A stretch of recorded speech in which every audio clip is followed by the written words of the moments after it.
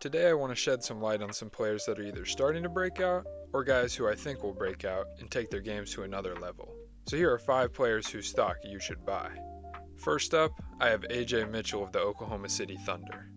Mitchell has been a godsend for the Thunder this year and has been invaluable for OKC off the bench so far this season, contributing 14 points, 4 rebounds, and 4 assists per game. With Jalen Williams injured for much of the season and playing under expectations when he has been on the court, Mitchell's been a huge help replacing his impact. Mitchell has essentially been the Thunder's third option this season in secondary ball handler, and it's quite noticeable when he isn't playing. While it is a small sample size, the Thunder are 0-3 without him this season, including losing to the 10 and 35 Pacers at home. He's been really good with the ball in his hands this year, possessing a true shooting percentage 4% above league average on self-creation opportunities, which has helped the Thunder offense to stay afloat in minutes when SGA is on the bench. He's also a capable playmaker as well, averaging nearly 4 assists per game, despite poor shooting luck from teammates on his passes. However, his defense might be more impressive than his offensive impact, as he's been fantastic on that end this season. While his defensive counting stats may not pop off the charts, his advanced statistics give a better look at how great he's been on that end. Mitchell is in the 88th percentile among point guards in stop rate, which combines steals, blocks, and offensive fouls drawn. And while it isn't always the most reliable stat to look at, AJ is third in the NBA in opponent field goal percentage among all players with at least 300 minutes played. And he's not just contesting 1 or 2 shots per game either. He's holding opponents to just 38% from the field while contesting over 8 shots per game. Obviously AJ is already a really good player, but it feels like he still has a ton of room to grow. His situation reminds me a lot of Jalen Brunson's, when he was coming off the bench for the Mavericks for years because the Mavericks already had a superstar at his position in Luka Doncic. I could definitely see AJ having a similar career path where he leaves the Thunder in free agency to get more opportunity and becomes an all-star. Second, I have Collin Murray-Boyles of the Toronto Raptors. The 9th overall pick from last year's draft has come out and immediately been impactful for the Raptors thanks to his impressive defense. It's quite rare for a rookie to impact the game defensively at the level he has, especially guys his height, as he's only 6'6" barefoot, but his defensive versatility playing as an undersized center has led to him getting compared to none other than Draymond Green. While many have had this comparison bestowed upon them over the past decade, Collin might be the most comparable to Green, who's one of the greatest defenders in the history of basketball. Like I mentioned before, the most impressive part of CMB's game is his ability to switch on to star perimeter players and bottle them up. His combination of length, mobility, and instincts give him a rare ability to defend many different types of players, which is probably the biggest reason that he gets compared to Draymond. His defensive playmaking has been really good in his first season, as he's above average in block rate and is in the 85th percentile in steal rate among centers. In addition to his ability to block shots from the weak side, CMB adds to his off-ball defensive impact with a super high deflection rate, averaging 6 deflections per 100 possessions. Toronto's defense is 5 points better per 100 possessions when Collin is on the floor, putting him in the 85th percentile in on-off point differential among bigs. The other reason why he's been compared to Draymond is because of his passing ability as a big. Collin may not be able to create shots for his teammates off of the dribble, but he is excellent at passing on the short roll or when stationary. This allows Toronto to use CMB as a passing hub for their offense, and makes it easier for their star players to get good looks and diversifies their offense. He currently isn't much of a scorer, but I think his touch will improve over time, and if he can increase his 3-point rate and maintain the 35% he currently shoots, he could become a pretty solid scorer. Despite being undersized, CMB is skilled enough that he has a bright future and will be an impactful player for a long time. For the next player I think you should buy stock in, I have Baylor Scheierman of the Boston Celtics. Baylor hasn't gotten a ton of playing time in the first 2 years of his career since he's a wing on a team with Jason Tatum and Jaylen Brown, but when he has been able to get on the court for Boston, he's been quite good, especially on the defensive end of the floor.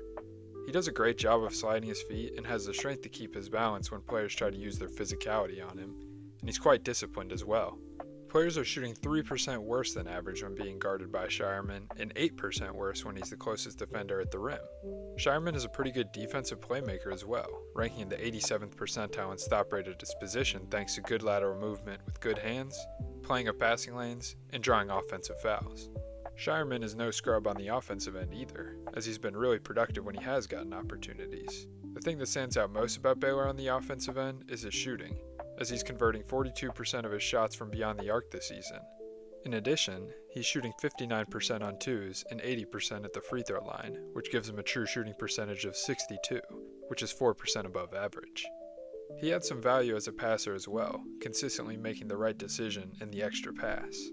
I think that Scheierman has a really bright future as a role player in the NBA and can be a valuable contributor to a contender in the future, if not later this season.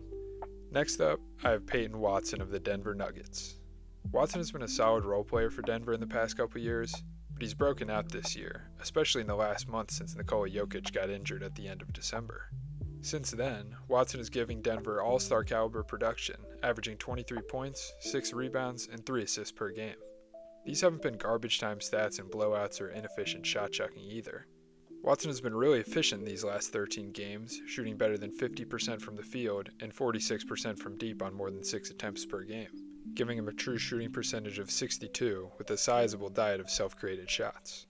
Watson has stepped up to be Jamal Murray's sidekick this past month and helped lead the Nuggets to a 9-5 record since the Jokic injury, and that's with Aaron Gordon, Cam Johnson, and Christian Brown missing the majority of games as well. It's been really impressive to see how much Watson has grown since being drafted, especially since he didn't play that much in college and only averaged 3 points a game on terrible shooting splits. The unfortunate thing for Denver is that he's played so well that the Nuggets probably won't be able to keep him on the team after this year since he's a restricted free agent, and the Nuggets most likely won't have enough money to match whatever offer Watson will be given by a team with plenty of cap room.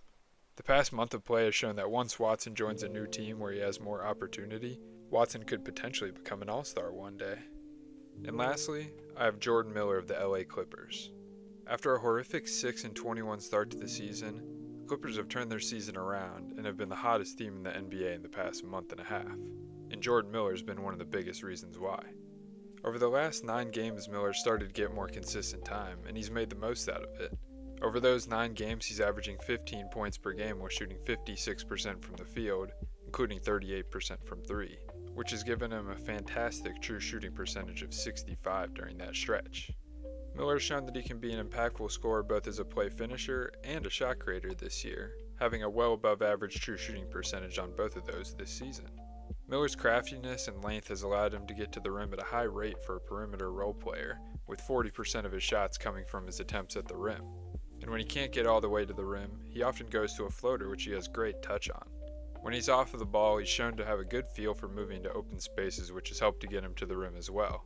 This has been a big part of the reason why he's been so efficient this year as a scorer, and more recently, he's been able to draw more free throws, as he's averaging nearly 6 free throws per game over his last 4 contests.